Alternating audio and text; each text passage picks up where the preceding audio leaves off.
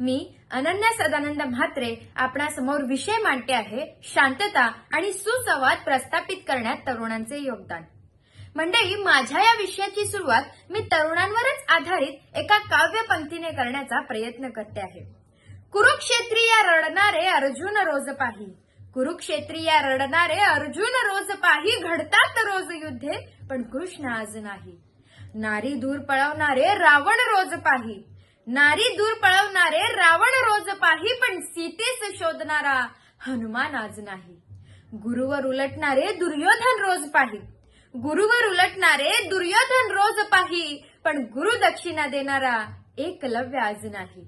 आई बापाचा काळ तो, आई बापाचा काळ तो औरंग्या रोज पाही, पण काशीस नेणारा श्रावण बाळ आज नाही। सत्ता उपभोगणारे नेते दररोज पाही, सत्ता उपभोगणारे नेते दररोज पाही, पण स्वराज्य स्थापणारा शिवराय आज नाही। बेधुंद नशेतली विकृती रोज पाही, बेधुंद नशेतली विकृती रोज पाही, आणि शांतता व सुसंवाद साधणारा तरुणच आज नाही, व शांतता आणि सुसंवाद साधणारा तरुणच आज नाही। मंडळी, असं असलं तरी प्राचीन काळापासून या भारत देशाला घडवण्यात तरुणांचे फार मोठे योगदान आहे, आणि म्हणूनच तर वेद म्हणतात युवास्यात युवाध्यायकः आशिष्ट द्रढिष्ट बलिष्ठ, अर्थात युवान हा आशावान, दृढवान व बलवान आहे। त्याच्यात जगाला बदलवण्याची ताकद आहे। तेजस्विता, तपस्विता आणि तत्परता यांचा त्रिवेणी संगम म्हणजे तरुण आहे। तारुण्य म्हणजे जीवनातील सुवर्ण काळ, लात मारीन तिथे पाणी काढीन अशी त्यांच्यात धमक आहे। जुनी नाही तर स्वतःची नवीन वाट तयार करणारा, प्रवाहाच्या विरुद्ध पोळणारा असा हा तरुण म्हणजेच अगणित ऊर्जेचा स्रोत आहे। अशा या तरुणाबद्दल मला म्हणावेसे वाटते, चट्टानों से टकराते हैं उसे तूफान कहते हैं, चट्टानों से टकराते हैं उसे तूफान कहते हैं, और तूफानों से टकराते हैं उसे युवान कहते हैं। मंडळी, या अशाच तरुणांबद्दल स्वामी विवेकानंद म्हणतात, give me 100 Nachiketa then I shall change the world. अशा या सर्व गुण संपन्न असणाऱ्या तरुणाला शांतता प्रस्थापित करणे ही काही फार मोठी गोष्ट नाही असे मला वाटते। मुळात शांतता आणि सुसंवाद ही मूल्ये एकाच नाण्याच्या दोन बाजू आहेत, कारण जिथे शांतता नसेल तिथे सुसंवाद निर्माण होत नाही, आणि जिथे सुसंवाद नसेल तिथे शांतता निर्माण होत नाही। परिणामी तुम्ही आम्ही तर सोडाच, हे संपूर्ण विश्व ही नष्ट होण्यास काही वेळ लागणार नाही असे मला वाटते। या संदर्भात सांगायचं झाल्यास 5000 वर्षांपूर्वी महाभारत युद्ध प्रसंगी भगवान श्रीकृष्णाने कृष्ण शिष्टाईद्वारे शांतता प्रस्थापित करण्याचा प्रस्ताव दुर्योधनापुढे मांडला होता, परंतु दुर्योधनाने तो शांततेचा प्रस्ताव नाकारून संपूर्ण कुरुवंशाचा नाश केला।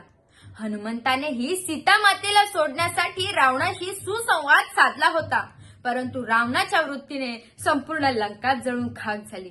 मंडळी, जिथे महापराक्रमी रावण आणि दुर्योधन सुसंवादाच्या अभावामुळे जळून खाक झाले, तिथे विश्व शांतीचा संदेश देणाऱ्या भारतावरच 50% टेरिफ लावणारा डोनाल्ड ट्रम्प किस झाड की पत्ती।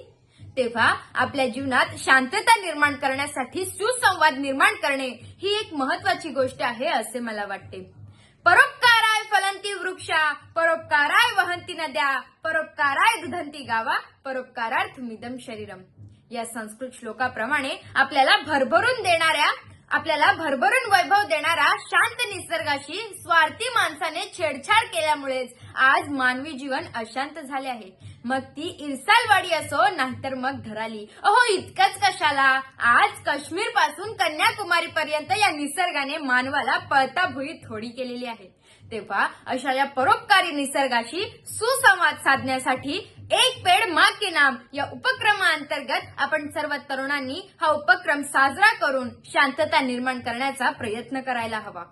वीरा पूज्यते धरा, शक्तिशालीच शांतता निर्माण करू शकतो आणि वेळ प्रसंगी जशास तसे उत्तरही देऊ शकतो। आणि याचे उत्तम उदाहरण अर्थात शांतिप्रिय भारतात ज्यावेळी पाकिस्तानने पहलगाम हल्ला केला ना, तेव्हा मेक इन इंडिया व मेड इन इंडियाद्वारे आत्मनिर्भर बनलेल्या आपल्या तरुण भारताने ऑपरेशन सिंधूरद्वारे जगात त्याला त्याची अवकात दाखवली।